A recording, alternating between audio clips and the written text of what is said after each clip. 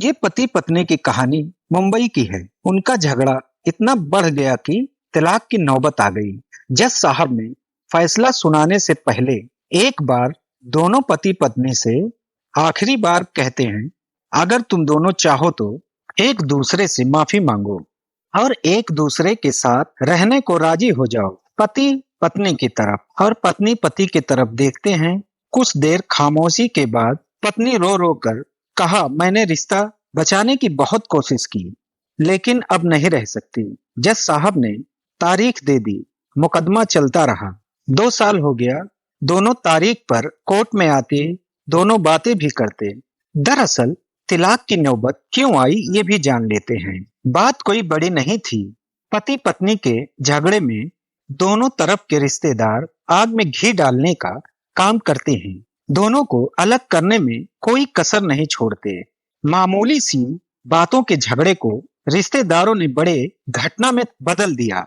हुआ ये कि किसी बात पर पति ने पत्नी को 2-4 थप्पड़ मारे तो पत्नी ने भी पति को एक थप्पड़ मार दिया। ये बात पति ने अपनी तौहीन समझी। चाहते तो मामले को रफा दफा कर सकते थे, लेकिन रिश्तेदार इस मामले को सुलझाने के बजाय इसे और पेचीदा और संगीन बना दिया। सब रिश्तेदारों ने इसे खानदान की नाक कटना कहा।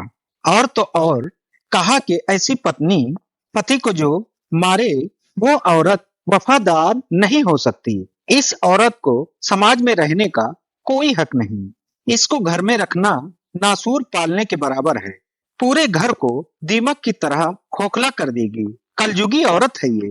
बुरी बातें सैलाब की पानी की तरह होती हैं, अपना पराया नहीं देखती। जिस तरफ पानी की धार जाती है तहस नहस कर देती है। दोनों तरफ के लोग शब्दों की तीर चला रहे थे, मानो कि शब्दों के वॉलीबॉल खेल रहे थे। पति ने पत्नी को और पत्नी ने पति को काफी अपशब्द कहे। मुकदमा दर्ज कर दिया गया। पति पत्नी पर चरित्रहीन का तो पत्नी ने दहेज उत्पीड़न का मुकदमा दर्ज किया। 6 साल शादीशुदा जिंदगी को गुजारने के बाद तलाक की नौबत आई थी। मुकदमा 2 साल चला था। अब फैसले का दिन था। पहले रिश्तेदारों की फौज आती थी, लेकिन अब बहुत ही थोड़े थे। जिसका सबको इंतजार था वही दिन आ गया था, यानी कि तलाक का। जज साहब ने फैसला सुनाया।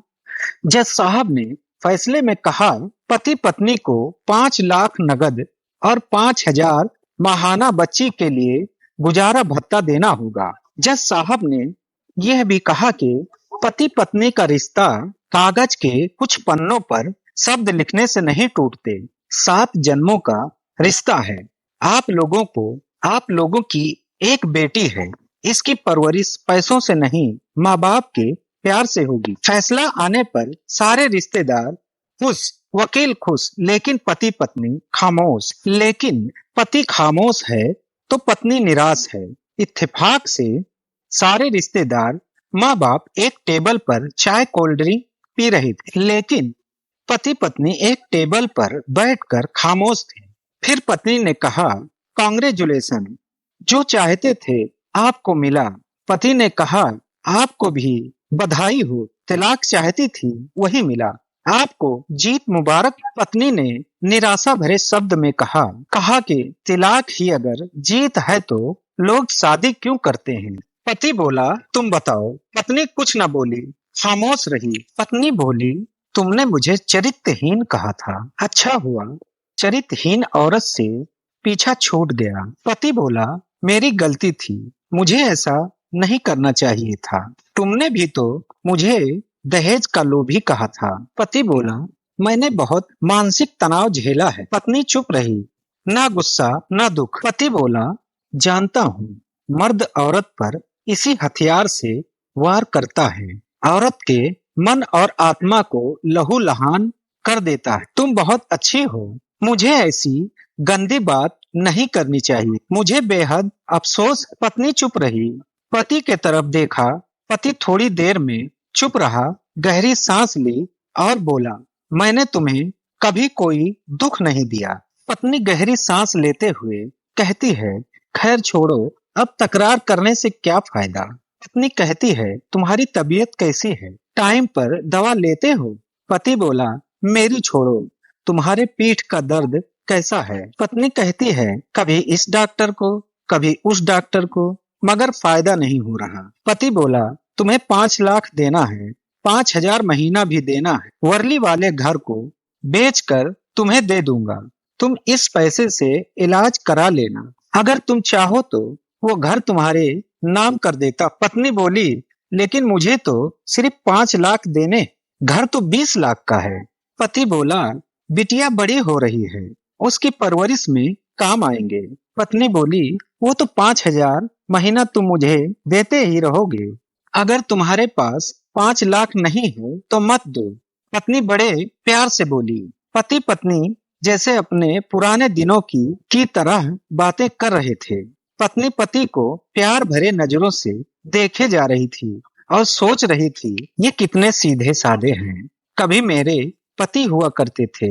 एक बार मुझे सांप ने डस लिया था तो मैं अपनी जान पर खेल कर मेरी जान बचाई थी। पत्नी पुराने दिनों के ख्यालों में डूब गई। एक बार मुझे सांप ने डस लिया था तो अपनी जान पर खेल कर मेरी जान बचाई थी। मैं ही हमेशा इनमें कमी निकालती रहती थी।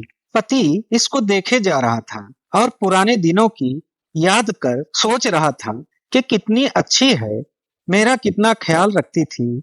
मैं अगर बीमार हो जाता तो सारी सारी रात जागती, मुझे बुखार हो जाता तो सारी सारी रात पट्टी करती। भला दूसरों की बीमारी को कौन इतना ख्याल करता है, मैं ही समझ न सका। इस जैसी औरत में खोट निकालता रहा। अब पछताने से क्या होगा? मैं अपने मर्दानगी के नशे में रहा। काश मैं इसको समझ पाता। दोनों चुप थे, एकदम चुप। दुनिया शोर शराबों के बेखबर। बस दोनों एक दूसरे को प्यार भरे नजरों से देखे जा रहे थे। पति ने कहा, एक बात कहना चाहता हूँ पर डरता हूँ। पत्नी ने कहा, डरो मत, कहो, तुम्हारी बात कहीं मेरे मन की बात हो। पति ने कहा, मैं अब भी तुमसे प्यार करता हूँ। तुम मुझे बहुत याद आती रही। मैं तुम्हें बहुत प्यार करता हूँ। पत्नी ने कहा, मैं भी तुमसे बहुत ज्यादा प्यार करती हूँ। भराई हुई आवाज में बोली। दोनों किसी मासूम बच्चे की तरह मानो एक दूसरे से एतराफ कर रहे थे। पति सर्द आह भरकर कहा, हम दोनों अपने रिश्ते को एक नया मोड़ दे सकते हैं। पत्नी ने कहा, कौन सा मोड़? पत्नी पति बनकर, एक अच्छे दोस्त बनकर, अपने बच्चे के लिए, हमारे लिए हम फिर से एक नई जिंदगी शुरुआत कर सकते हैं। पत्नी ने कहा, ये तिलाक के पेपर। पति ने कहा, जज साहब ने कहा था कि पति पत्नी का रिश्ता कागज के पन्नों से नहीं, मोहब्बत और प्यार से चलता है। पति ने पेपर फाड़ दिए, पत्नी ने भी वही किया। दोनों उठ खड़े हुए, हाथों में हाथ डालकर गले लग गए। रिश्तेदार हैरान परेशान थे। दोनों हाथ में हाथ डालकर घर की तरफ चल दिए, वो घर जो सिर्फ पति पत्नी का होता है। दोस्तों, इस वीडियो के बारे में आप क्या सोचते हैं?